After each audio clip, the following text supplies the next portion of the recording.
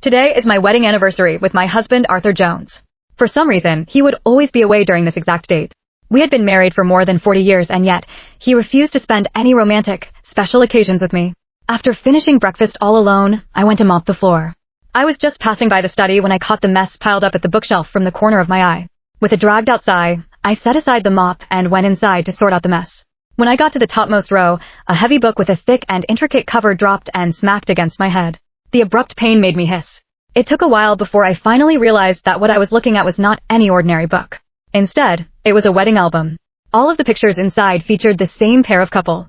They were dressed in different sets of wedding gowns and suits in each picture. The only thing that was consistent was the bright, heartwarming smile they wore on their faces. The man inside the pictures was someone I was beyond familiar with. It was Arthur. However, the woman in the pictures was not me. I pressed a hand against the throbbing pain on my temple and could feel my head spinning. For a moment, I could not register if it was my head or my heart that ached more. The most recent picture in the album was taken precisely 1 year ago from the present date. Even though the couple's hair had turned white, they seemed as enamored with each other as young lovers were. There was also a handwritten message in Arthur's writing behind the picture. He had written it with meticulous penmanship. It was clear how much value he attributed to it. Eternal love. Upon closer inspection, each picture was labeled with a date. From 40 to 60 years old. Their hair had faded gradually from black to white, and yet, they have never missed a single year. As it turned out, this was the reason my husband had been inventing all sorts of excuses to skip celebrating our wedding anniversary every year.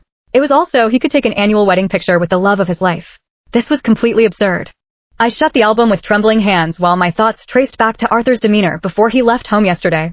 He mentioned that our son was going on a business trip abroad and needed his help for translation because the usual translator could not make it. I did not think much of it at the time. It was especially convincing since he used to be a foreign language professor before he retired. I did suggest that we could go together so I could get the chance to explore another country. The sheer suggestion made his expression darken. Our son is there for official business. Why are you trying to meddle with his work? Besides, you don't even speak the language there. You're only going to cause more trouble. I was so flustered that I was at a loss for words. However, I had to admit he had a point. Now that I thought about it, the one person my son respected the most was none other than his father. He would be more than glad to pick Arthur to accompany him on the business trip.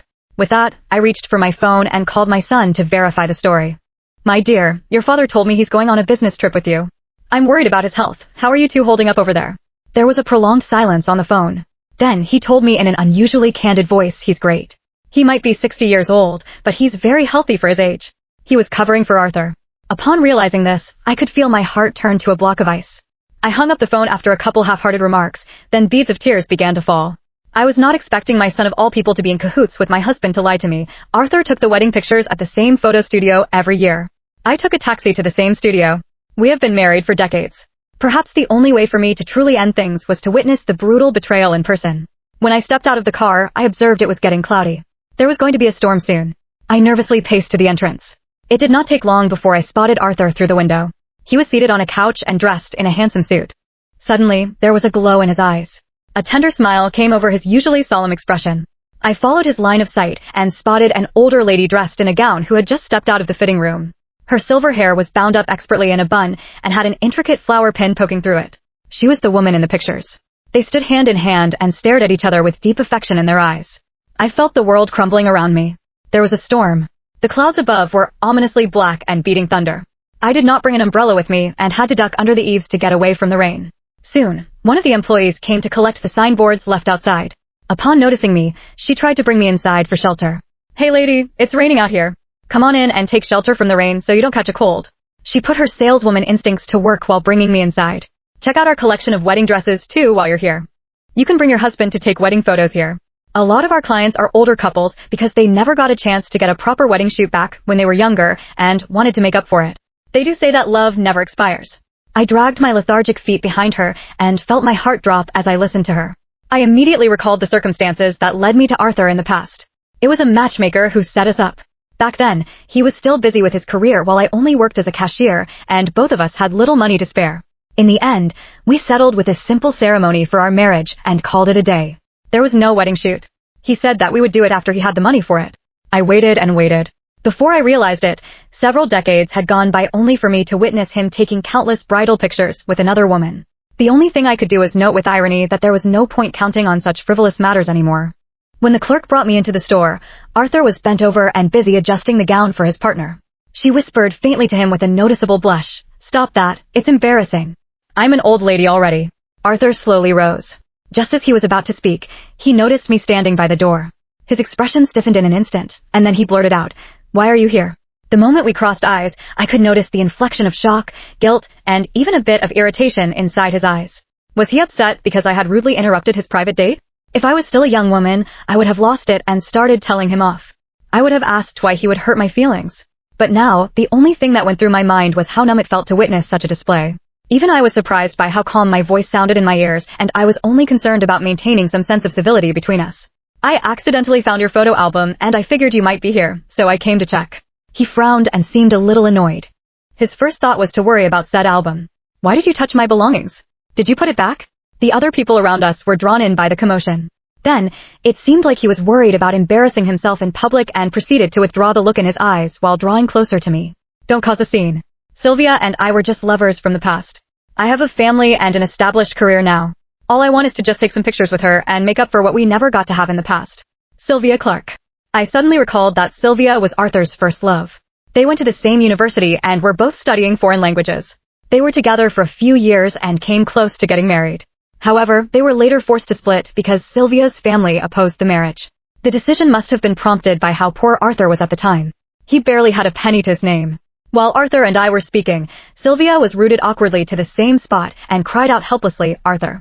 Arthur stopped mid-sentence. He stole a look at the rain outside, then he turned to me and said, "I have to send her home. She gets sick very easily. Wait for me. I'll come back for you, then we can talk when we get home." With that, I was left to watch helplessly as he left hand in hand with Sylvia, who was wearing a smug look the entire time. Arthur hailed a taxi and gently escorted Sylvia into the taxi before burrowing inside as well. I have never experienced such a level of thoughtfulness and attentiveness from him. I was not going to wait around at the studio like a fool for Arthur to come back for me. I could get a taxi myself. There was no reason to wait for him. I called a taxi and had them drive to the front of the studio. I even troubled the driver to step out and escort me into the car with an umbrella so I would not get caught in the rain. At my age, I am especially vulnerable to sickness. Therefore, I have to take care of myself. Arthur returned 2 hours after I got home. As soon as he entered the house, he yelled at me with a dark look on his face, "Cecil, haven't I told you to just wait for me back at the studio? Did you know that I got drenched in the rain because I headed back there to look for you?" I set aside a cup of hot water I had poured for myself and retorted with a question of my own. "How far is the drive to her place that I would have to wait for you for more than 2 hours?" A trace of guilt flashed across his eyes upon hearing this. He immediately dropped the subject. "Help me wash my clothes and bring me something to get changed into." I noticed that his clothes were soaked with water, and wet clumps of hair clung to the side of his face as well. He had taken off his clothes and tossed them right at my feet. In the past, I had always tolerated his arrogant way of treating me like I was some sort of housemaid. I did it because I figured it was part of my duties as a housewife, especially since he was the breadwinner. Over time, I got used to attending to his every need. But now, I suddenly found myself detesting the way he treated me. I ignored the dirty clothes tossed at my feet and proceeded to question him about the wedding album again. "Are you going to explain the wedding album yet?" He must not be expecting me to keep pressing him about the subject since I was usually so docile and easygoing. He wore a tight frown and started to grumble at me in the same manner a professor would lecture his students. All those years back, we had to split up because we had no other choice. Later on, it was her who came back to me, but I still didn't divorce you because we had a child and there were many other domestic factors involved. All we're trying to do now is fulfill the dream we never got to fulfill when we were young. Why don't you just drop it since we have been married for so long already? I regarded him with a drooping look as I listened to his nonsensical justifications. In all the decades we have been married, this was the first time I have evaluated our marriage so bluntly. He claimed that the reason he did not divorce me was because of many domestic factors. That was true. He had all 3 meals of the day taken care of. I took care of his laundry, cleaned his house, and took our children to school. I had taken care of all of the chores ranging from the trivial ones to the important ones. I went from a young lady to a middle-aged woman and then to the old lady I am today.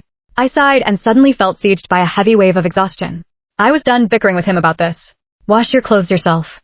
I'm getting tired, I'm going to bed." My cross attitude further infuriated Arthur, who was already upset from being drenched in the rain. He grumbled unbelievable under his breath before picking up the clothes on the ground and stomping off to the bathroom. Since he had never used the washing machine, he ended up squatting in front of it and tinkered with it for ages to no avail. In the end, he sneezed from the cold and finally resorted to asking me how to use the washing machine in a grumbling voice. I lay on the bed and did not answer him. After a while, I heard the sound of the washing machine operating. Then, Arthur stepped out of the laundry room with a brooding look. He began to rife through the wardrobe. "Where is my light blue sweater? Where did you put it?" Again, I turned over and ignored him. The atmosphere inside the room was at the point of breaking, like a volcano on the brink of eruption. At last, Arthur decided he had enough. He grabbed a few clothes and flung them on the bed. When he bellowed, his voice was hoarse and laced with anguish. "I have explained everything to you. Why are you still doing this? Can we not live in peace anymore?" One of the buttons on the clothes struck against the wound on my forehead from earlier today that was not healed yet. I hissed in pain. Arthur did a double take, then he came up to me and seemed distraught. "When did you get that wound from?" I didn't even notice. Ever since we met today, his sole attention has been on the wedding album. He couldn't possibly have the mind space to notice my wound at all. I studied his expression for a long time. In my younger days, I was enchanted by his good looks and ended up marrying him. There was no telling what you were going to get when it came to marriage. Though my tone was calm, I was filled with desolation. If we can't live in peace anymore, then we shouldn't even bother anymore. After the words left my lips, I suddenly noticed that all of the feelings I had held for Arthur had gently dissolved.